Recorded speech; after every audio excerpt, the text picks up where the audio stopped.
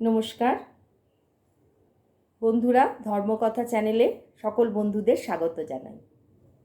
তো আজকে আমি আপনাদের সাথে একটি গল্প শেয়ার করব বা আপনাদের শোনাতে চাইছি। গল্পটা আপনারা শুনুন। এক বুড়িমা, একটি গ্রামে এক বুড়িমা থাকতেন। তো বুড়িমা তার জীবিকা নির্বাহ করত ফল বিক্রির মাধ্যমে।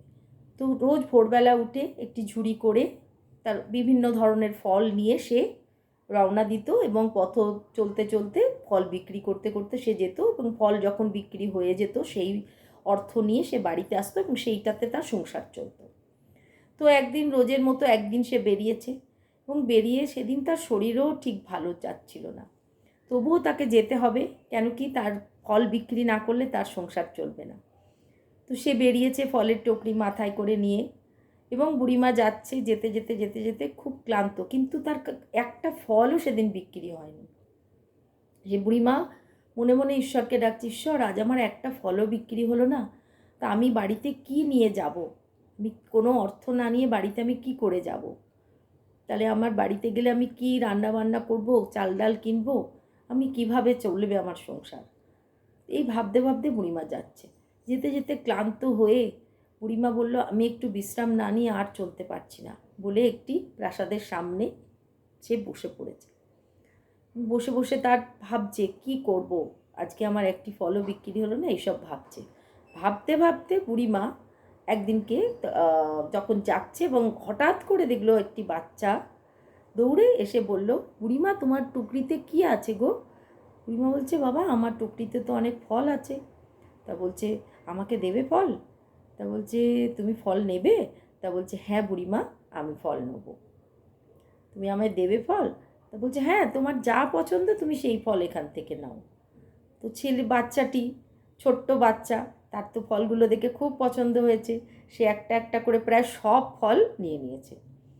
বুড়িমা খুব খুশি হয়ে বাচ্চাটিকে ফলগুলো দিয়েছে।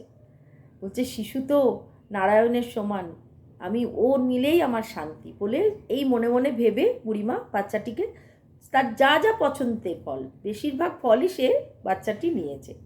নিয়ে সে তো এইটুকু বাচ্চা, সে কি করে নিয়ে যাবে? বুড়িমা বলছে, বাবা, তুমি তো অনেক ছোট, চলো তুমি এই ফলগুলো নিয়ে তোমার ঘরে তুমি যেতে পারবে না ঘর পর্যন্ত, বাবা, আমি তোমায় চলো ঘর পর্যন্ত এগিয়ে দিই।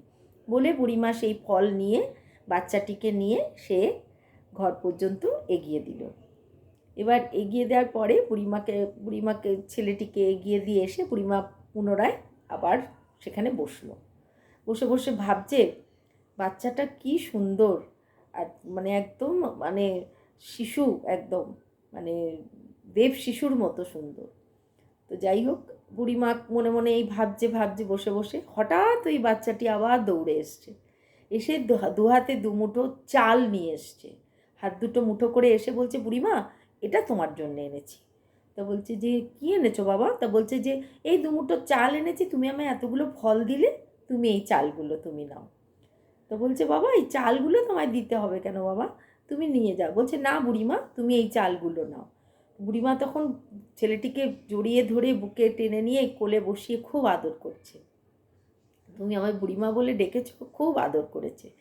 করে বুড়িমার ঝুড়িতে ওই বাচ্চাটি চালগুলো দিয়েছে।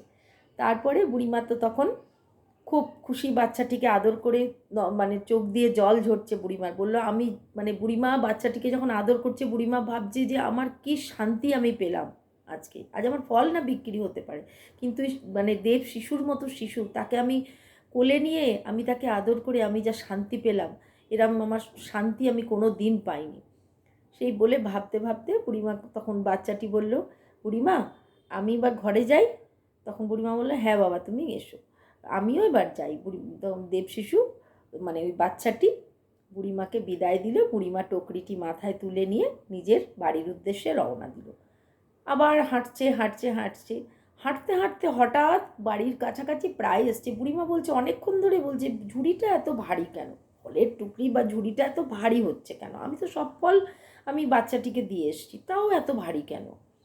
আমি বুঝতে পারছি না। তবুও বুড়িমা কোনো রকম চলছে, চলতে চলতে নিজের বাড়ির সামনে এসে যেই ঝুড়িটি নামিয়েছে, দেখছি ঝুড়িটির মধ্যে মণি মাণিক্য, টাকা পয়সা সব ভর্তি। বলছি, এটা কি করে সম্ভব? আমি খালি ঝুড়ি আনলাম এবং আমাকে ওই বাচ্চাটি দুমুঠো চাল শুধু দিয়েছিল। চাল তো ঝুড়ির মধ্যে নেই। সে চালগুলোকে খুঁজছে, কিন্তু সেই চাল আর পায়নি সে।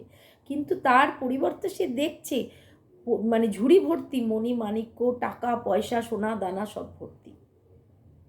তখন বুড়িমা বলল, মানে তখন আরও একটি জিনিস বুড়িমা হঠাৎ নজরে পড়ল, যে দেখছে একটি ছবি। সেই ছবিটা হচ্ছে গোপালের ছবি, মাথায় ময়ূরপুচ্ছ দেওয়া গোপালের ছবি। সেই দেখে মানে বুড়িমা তো মানে প্রচণ্ড কাঁদছে, কাঁদতে কাঁদতে বলছে, হে ঈশ্বর, আমি কি কাকে আমি ফেলে চলে এলাম, তোমার কৃপা, হ্যাঁ তোমার যে কৃপা আমি পেয়েছি হে ঈশ্বর, হ্যাঁ বলে বুড়িমা খুব কাঁদছে। যাই হোক, এটা থেকে আমরা কি বুঝতে পারলাম, যে সৎ থাকার অনেক ভালো রয়েছে। বুড়িমা একজন সৎ মানুষ ছিলেন। বুড়িমা আজকে অত পরিশ্রম করে গেছেন, বুড়িমার একটা ফলও বিক্রি হয়নি। সে ঈশ্বরকে জানিয়েছেন যে ঈশ্বর আমার কি হবে, কিভাবে সংসার চলবে। ঈশ্বর স্বয়ং এসে তাকে সাহায্য করেছে। তাহলে আমরা বুঝতে পারছি তো যে ঈশ্বর ছাড়া আমাদের কোনো গতি নেই। আজকে ঈশ্বরের হাত আমাদের প্রত্যেকের মাথায় আছে। আমরা যদি সৎ থাকি, সৎ পথে চলি, আমরা কারোর কোনো ক্ষতি না করি, ঈশ্বর আমাদের সঙ্গে সর্বদা আছেন, থাকবেন। আমরা যদি সবসময় বলি ঈশ্বর আমায় দাও, ঈশ্বর আমায় ওই দাও, কিন্তু সেটা তো পসিবল নয়। আমরা কি করব, আমরা ঈশ্বরের ওপর বিশ্বাস রাখবো। ঈশ্বরের ওপর বিশ্বাস না রাখলে আমাদের কোনো রাস্তা নেই। ঈশ্বরই আমাদের রাস্তা দেখাবেন। আমরা নিজেরা সৎ থাকার চেষ্টা করব, আমরা অন্যকে সাহায্য করব, এটাই আমাদের সবার করা উচিত। যাই হোক, আজকে আমার এই ছোট্ট গল্পটি আপনাদের কেমন লাগলো জানাবেন বন্ধুরা। আর আমার এই চ্যানেলটিকে লাইক, শেয়ার অ্যান্ড সাবস্ক্রাইব করবেন এবং কমেন্ট করে জানাবেন আমার এই গল্পটি আপনাদের কেমন লাগলো। নমস্কার।